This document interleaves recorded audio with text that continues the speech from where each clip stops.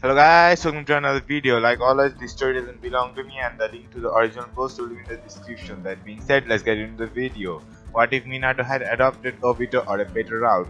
Chapter 55 and part 55.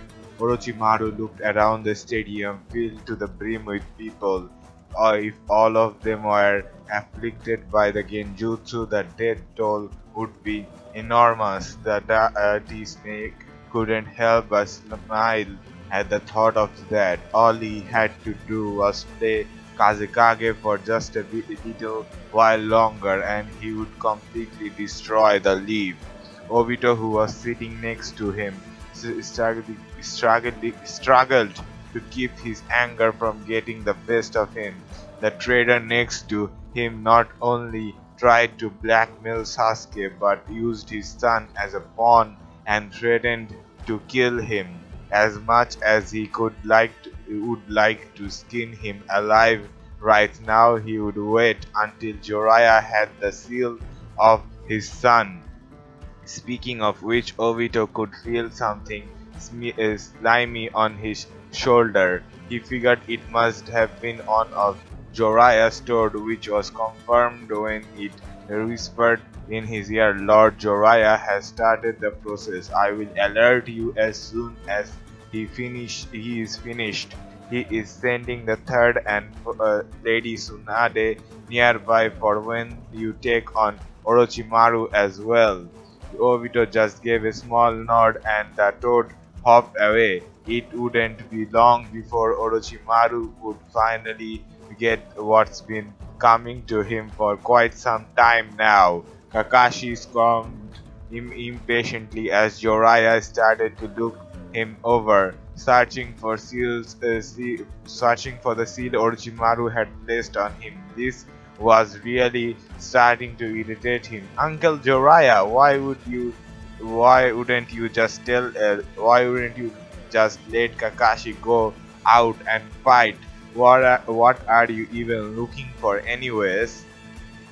Jiraiya didn't give him a response, just kept looking. The seal was a little hard to locate, but once he did, it would take him just a matter of minutes to remove it. Finally he said, "Just stay still, Kakashi. I'm gonna be done before too long." After thinking for a while, Jiraiya remembered something about his old partner. The base of the neck was always a favorite spot for his to put seals on it.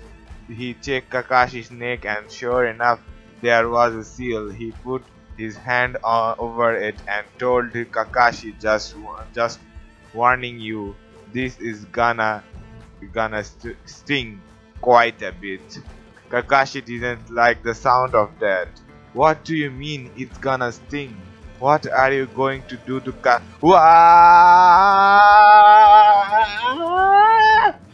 Jiraiya looked over Kakashi's neck to see that the seal was gone. Alright Kakashi, the seal's off." Kakashi was holding his neck.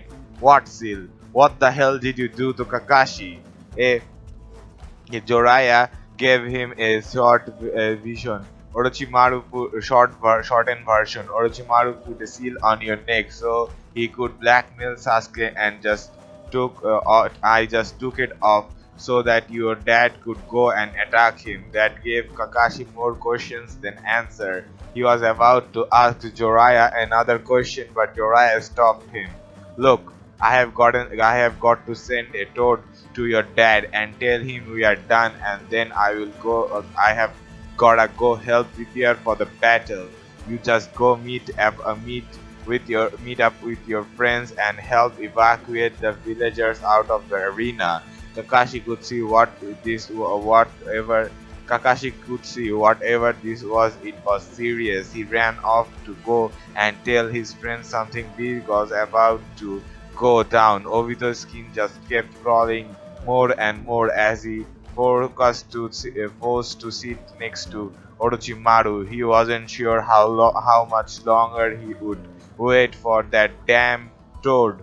Luckily, he wouldn't have to. A small toad hopped up under his shirt and onto his shoulder. "Lord Jiraiya is done. You may attack Orochimaru as soon as you want.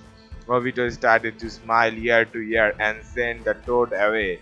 He stood up and turned to the Tsuchikage. You may want to get your granddaughter and any ninja you have got here very far away. I doubt you want to get involved in a leaps and sounds little conflict. Orochimaru couldn't believe it. You mean? Obito was beyond happy to be able to drop the charade. You really should keep a little better lid on your secrets. Orochimaru, the Tsuchikage was lost. What the hell is going on here? Orochimaru had gotten up and taken off the Kazekage robes to reveal his sickly white face. To put it simply, old man, you have gotten yourself into the mid of a very bad situation, but this fool has failed to take into account that I have got the sand on my side. Obito chuckled. Actually, no, you don't. But this fool has failed to take in account that I have got the sand on my side. Orochimaru is saying all of that, alright? Obito chuckled. Actually, no, you don't. You should also do a better job checking up on your facts. Gaara's seal was fixed years ago. His real father knew that. I am afraid the only reason the sand is here is to back us up. Orochimaru's eyes started to twitch. That was twice he had been tricked. I have still gotten one last ace up my sleeve. Your precious son. Obito's eyes darkened. Had the seal you put on his Obito's eyes darkened. Had the seal you put on him removed a few had that seal you put on him removed a few minutes ago. You made two mistakes with that part. One, assuming that Sasuke fears would make it unnecessary to keep an close eye on him, and two, threatening my son. Anyone who does that is going to be torn to shreds by me, including you. Orochimaru was getting desperate. Tsuchikage, we have finally got the chance to attack the hidden leaf. Surely you aren't going to pass that up. Onoki actually laughed outright. Don't get me wrong, I hate the leaf, but I hate you far more. Do you know how many of our ninjas you have experimented on? Besides, even you have gotten know that attacking leaf now would cause a war between us. I am not pulling a stunt like that without even consulting my council. I think I will just take my chances to kick the shit out of you. Orochimaru was starting to see just how deep he was in. That's when he heard familiar voices behind him. My old student, I think it's time we end this whole thing. What do you say, Tsunade? Tsunade agreed with the third. Oh yeah, that sounds great. Orochimaru was now surrounded by 4 people who were dead set on killing him. This was a bad situation even for him. Obviously, it's a bad situation for him. The 4 of them are Kage level shinobi. God damn it! Even with his reanimation jutsu, he was gonna be lucky if he got out of this on alive. Kakashi ran up to his friend, who seemed excited to see him. Naruto asked, Kakashi, you ready for your big fight? Kakashi shook his head. Kakashi's not fighting, the entire village is. Gaara didn't seem surprised. I see, so it's beginning. I am guessing that they are going to start invading the villager.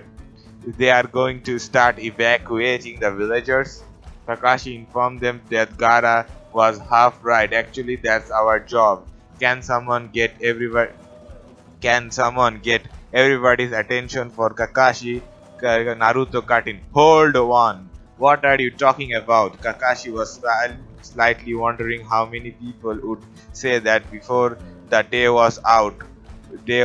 All Kakashi knows is that there's some kind of big fight going on here and we need to get the villagers out. Gara had a pretty good idea of what was going on. Once we have got a few minutes, I will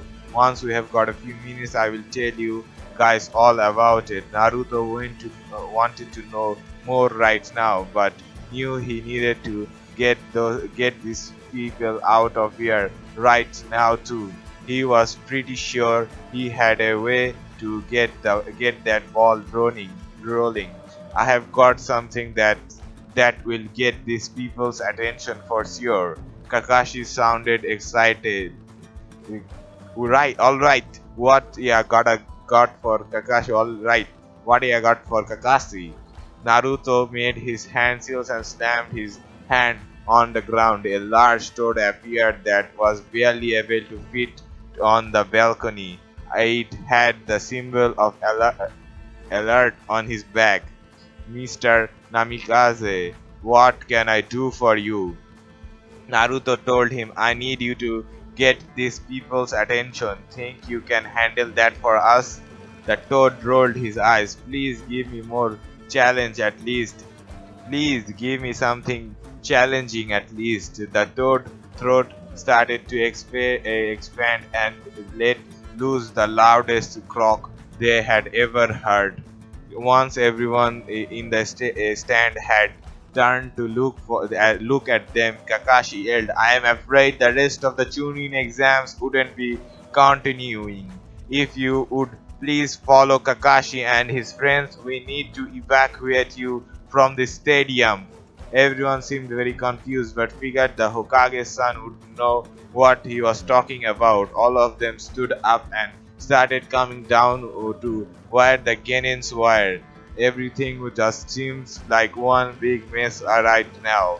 But before long, all of them would understand just how serious the situation was. Jiraiya jumped up next to Shikaku, who was chosen to be the leader of the primary attack force. The man was the Leaf's most brilliant strategist and had been consulting with Obito on how to handle the hidden sounds since they learned about the attack.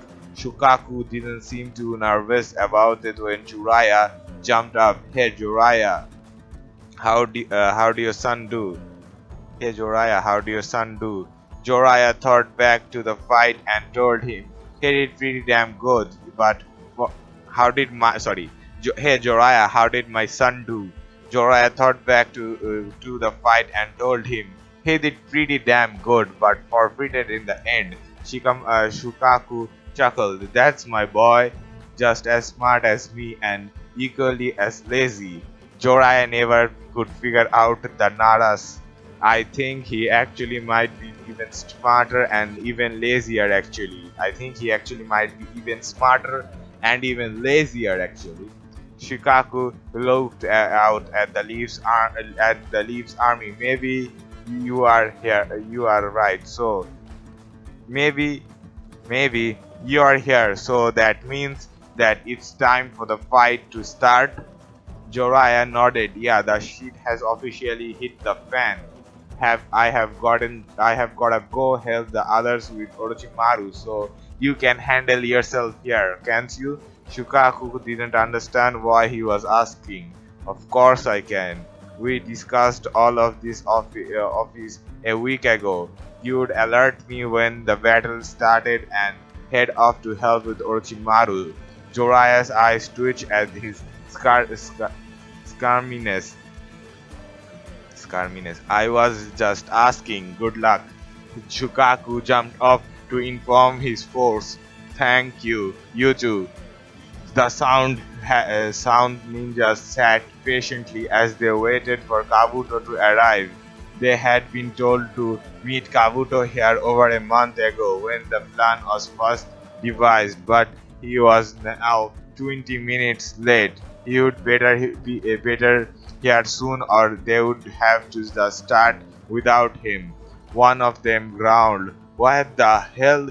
What the frick is he? I want to fight some Leaf leaf pricks already. A new voice started coming from behind them. Be careful what you wish for. The one who had been groaning because he couldn't fight suddenly found himself growling for a different reason. After pulling the blade out of his chest, the leaf ninja threw his body to the side and a dozen other ninjas jumped down to back him up. One of the sound ninjas screamed, "You go and alert the others. The leaf knows we are coming and the battle has begun." The sound ninja jumped away and the others turned to meet the leaf ninjas. The battle had indeed begun. Orochimaru found himself backing up slowly. He jumped onto the rope that was near the Kage box. You should have beaten me. Just you shouldn't beaten me. You have sorry. You haven't yet beaten me.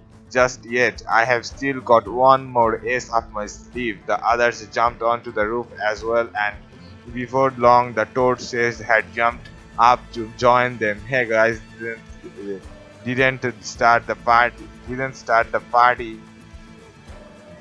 That is a spelling mistake on the right side, alright? Don't start the party without me. Did you start the party without me? Did you? Orochimaru made some hand seals and slammed his hand onto the ground. Don't worry, Jiraiya, we have only just begun. The three coffins began to rise from the ground with the symbol of first, second, and fourth on them. Everyone but Onoki knew what was in those coffins, and when he saw what was inside of them, he wasn't going to be happy.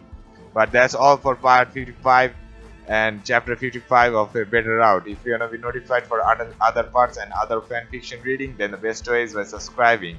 And yeah, don't forget to join my Discord server. The link to it will be in the description. That being said, I hope to see you in the next one. Bye bye.